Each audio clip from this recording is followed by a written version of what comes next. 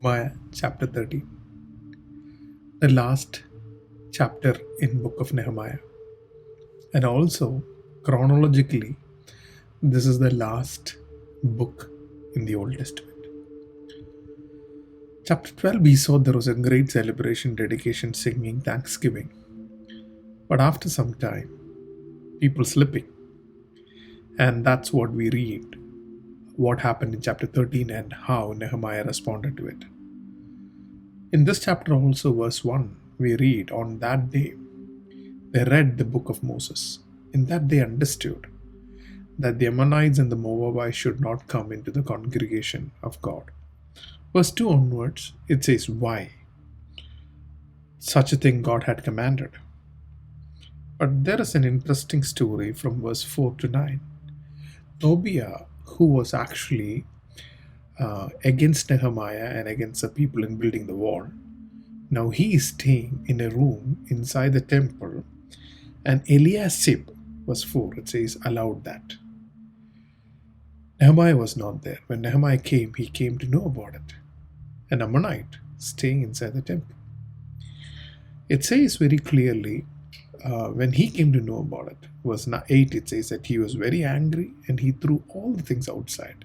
There's just a pattern, just get away from the pattern of the world, what God has said. Next section, what we read is the provision for the Levites. Nehemiah finds that there are a few things that need to be given and how Levites needs to be taken care and the temple need to be taken care. It's not being done. Nehemiah makes a very pointed statement in verse 11. It says, then I contented with the rulers when he coming back saying, why is the house of God forsaken? Are you not noticing it? He took actions asking them to bring back their tithe. And he is acting this way because you remember in the previous chapters, before, they put a covenant and they agreed to it. But now they're going back. And Nehemiah is taking firm stand to make sure that they do what they actually promised. And he put people, leaders, who will take care of treasurers, who's actually making sure that it happens. And in verse 13 it says people who were appointed were counted faithful to distribute things.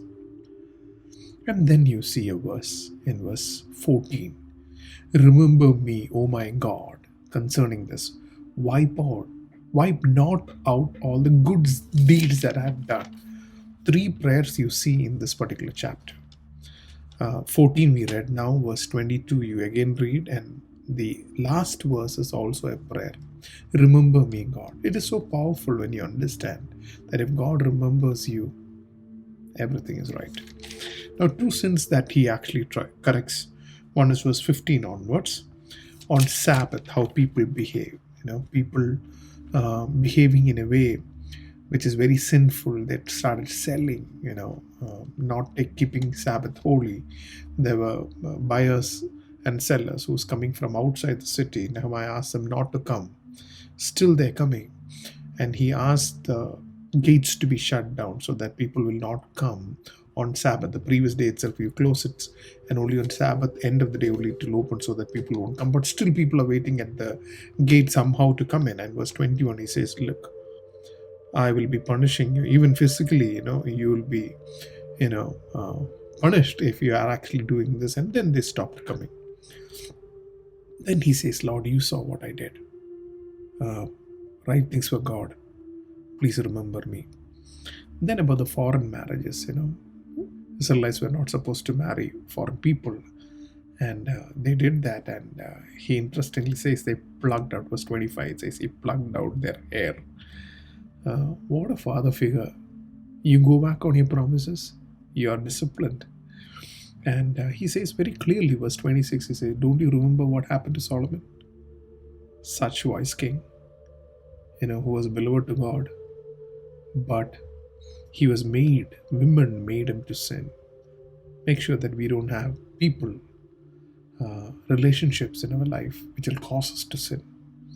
And then he ends verse 31 by saying, Lord, remember me. If you read it, it's very beautiful. It says, remember me, O Lord, for good. That's the book of Nehemiah. read chapter 13 and be blessed. Uh, Thank God we could study the book of Nehemiah.